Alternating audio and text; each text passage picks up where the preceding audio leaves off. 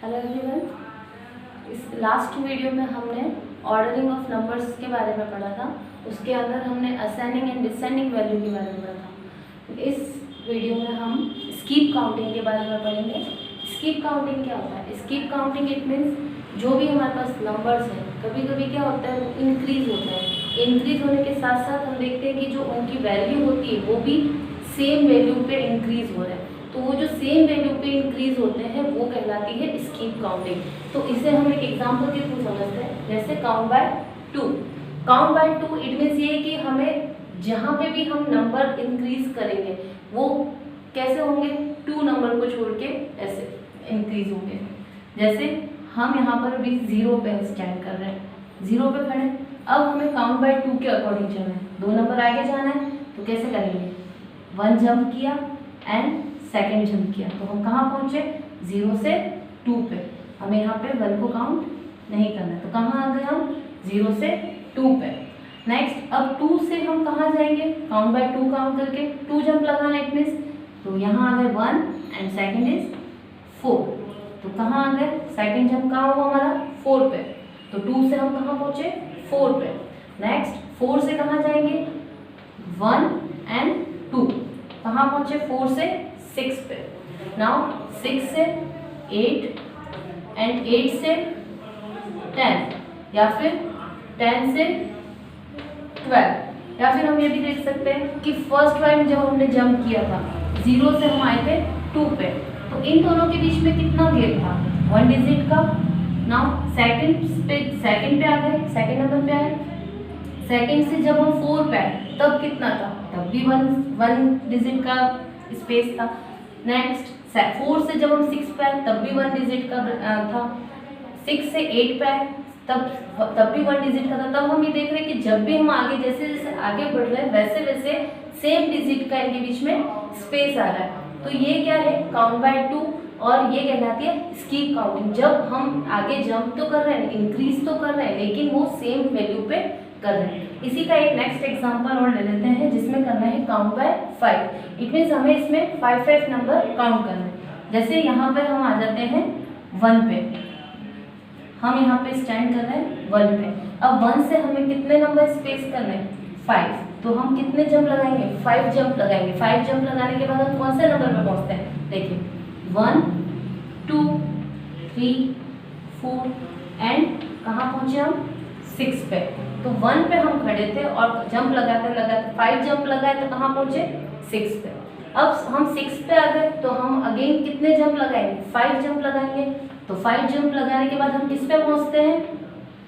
1 2 3 4 and 5 jump लगाते लगाते हम कहाँ पहुँच गए?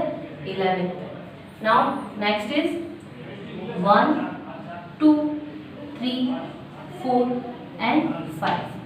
तो 11 से लास्ट में हम कहाँ पहुँचे? 5 जंप लगाने के बाद 16 पे। तो हमारी जो सीक्वेंस बनी वो क्या बनी? 1 पे आए थे सबसे पहले, 1 पे हम खड़े थे। 1 से हम 5 जंप लगाने के बाद 6 पे पहुँचे, 6 से 11 पे एंड 11 से 16 पे। ये तो था हमारा नंबर लाइन के थ्रू करना। लेकिन अगर हमें नंबर लाइन नहीं दी हो तब हम क्या करेंगे? हम 1 पे खड़े थे, 1 से हमें 5 स्कीप करनी थी। तो देखो 5 नंबर स्कीप किए तो 1 के आगे से हमें काउंट करना है। 1 2 3 4 एंड 5। 5th नंबर कौन सा है? 6 और, तो 6 हमारा क्या होगा? Next number. अब 6 पे आने के बाद हमें फिर से काउंट बाय 5 करना है। तो 1 2 3 4 एंड 5, 11 पे आ गए।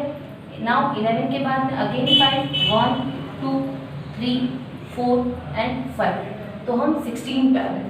तो ये था हमारा काउंट बाय 5। इसी को और समझने के लिए हम और कुछ एग्जांपल्स लेते हैं। नेक्स्ट एग्जांपल्स आर, जैसे हमारे पास है 2 4 6 एंड 8। आप इसे यहाँ पर देख रहे हैं 2 है, 2 के जस्ट बाद में क्या आ गया? 2 और 4 के बीच में क्या आता है? 3, तो वो यहाँ पे स्कीप हो गया। नेक्स्ट 4 एंड 6, 4 एंड 5 के बाद में 4 एंड 6 के बाद में क्या आता है? 5, तो यहाँ पे वो भी स्कीप है। एंड 6 एंड 8 यहाँ पे क्या हो गया? 7 स्कीप हो गया। तो नेक्स्ट आपके आगे की काउंटिंग भी कैसे बनेगी? 8 के बाद क्या आता है? 9, तो वो 9 नहीं लिख के हम क्या लिखेंगे? 10। 10 के बाद 11 नहीं लिखना है, 12। 12 के बाद 13 नहीं लिखना है, 14 एंड 14 के बाद क्या आता है 15, तो हम क्या लिखेंगे यहाँ पे 16। एक तो ये है, और सेकंड अगर आप देखा जाए तो ये देखिए 2 के बाद आप कहाँ तक काउंट करना है 4 तक, तो 2 के बाद से अगर आप काउंट करते तो 3 एंड 4 2 नंबर हो गए, तो इसकी और इसके बीच में कितने का गैप है 2 का। 4 से 6 पे जाते हैं तो 4 के बाद से काउंट करेंगे 5 एंड 6, यहाँ पे भी 2 का गैप है। अब 6 से 8 पे आना है तो 7 एंड 8, यहाँ पे भी 2 का गैप है।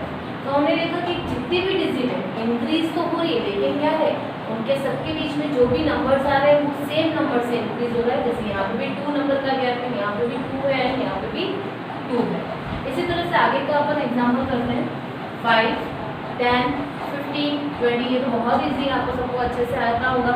5 के बाद जस्ट 10 आ रहा है, तो कितने नंबर का स्पेस है 6, 7, 8, 9 एंड 10, 5 नंबर्स का गैप है, तो हम क्या करेंगे यहाँ पे +5 लिख देते हैं। अब 10 से हमें 15 पे जाना है, तो 10 को काउंट नहीं करना है, 10 के बाद वाले नंबर को काउंट करना है। तो हम कहाँ से स्टार्ट करेंगे 11, 12, 13, 14 एंड 15, 5 नंबर, तो यहाँ पर हम क्या कर देते हैं +5। और 15 के बाद 20, 16, 17, 18, 19 एंड 20, तो ये भी क्या हो गया +5। अब यहाँ पे हम देख रहे हैं कि 5 नंबर के गैप है, तो आगे भी क्या होगा 5 नंबर के गैप के अकॉर्डिंग ही हम फिल इन द ब्लैंक को फिल करेंगे। 20 के बाद क्या है 21 के बाद हमें 5 नंबर काउंट करते हैं 21, 22, 23, 24 एंड 25। अब 5th पे कौन सा आया 25 है, क्या लिखेंगे यहाँ पे 25। 25 के बाद 26, 27, 28, 29 एंड 30, 31, 32, 33, 34 एंड 35, 35, 36, 37, 38, 39 एंड 40, हमारा क्या आ गया यहाँ पे 40। तो ये क्या थे 5 के बेस पे थे, 5 नंबर हमारे यहाँ बीच में गैप है, तो हमने आगे भी उसी को कंटिन्यू किया। Next is 15, 25, 35 and 45। आपको जैसे यहाँ पे हमने क्या किया था नंबर काउंट किए थे, इसी अकॉर्डिंग यहाँ पे भी नंबर को काउंट करके आगे उसको कंटिन्यू करना है। अब 15 दे रखा है, 15 के आगे हम काउंट करेंगे 16 से।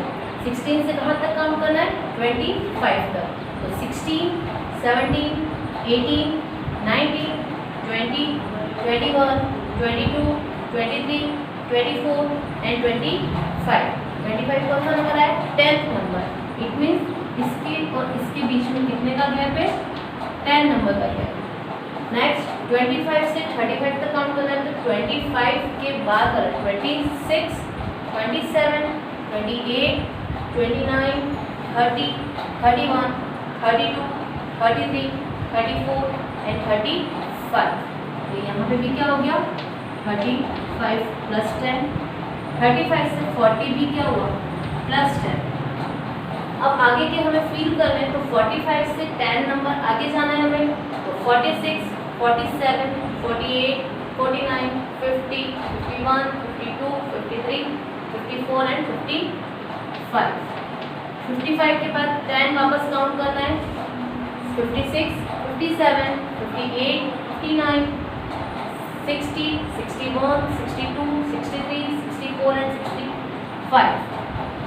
इसी तरह से आगे भी 10 और काउंट करेंगे तो आ जाएगा 75 एंड नेक्स्ट इज 85।